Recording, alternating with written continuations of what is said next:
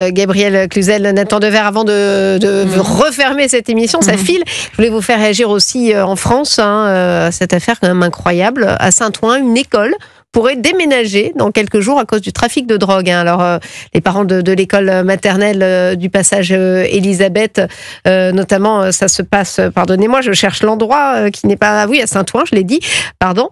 Il y a un point de deal à côté. Bref, ils vont voter le 3 avril pour savoir s'ils le souhaitent ou non déménager. Ça paraît incroyable. Alors, on peut comprendre les parents, parce qu'une école maternelle, c'est des tout petits. Oui, enfin, donc, c'est le point être pris entre... devrait peut-être déménager. Mais ce qui est terrifiant, c'est le symbole. Alors, je dois préciser que c'est pas la première fois qu'il y a une école qui se retrouve. On l'a vu à Nîmes, on l'a vu à Marseille, où les enfants entendent quasiment siffler les balles. Bon, mais ce qui est terrible, c'est sur le plan du symbole. On parlait des territoires perdus de la République. Vous vous souvenez de ce fameux livre, c'est les territoires perdus de la France. C'est-à-dire que c'est l'école qui déménage et les narcotrafiquants qui restent. Donc, moi, je me demande quand j'entends parler, ça montre l'impuissance, pourquoi pas, mais quand la France, grande puissance militaire, on parle de nucléaire, de Rafale, etc.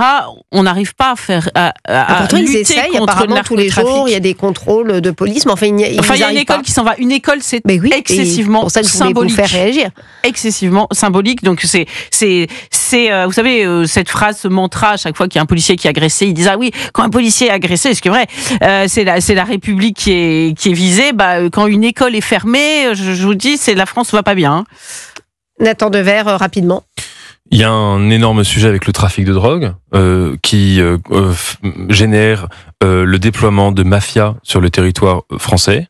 Je pense que si on veut vraiment lutter contre le trafic de drogue, il faut poser la question des consommateurs. Il y a énormément de consommateurs en France et ce n'est pas la stratégie de la prohibition qui marchera demain.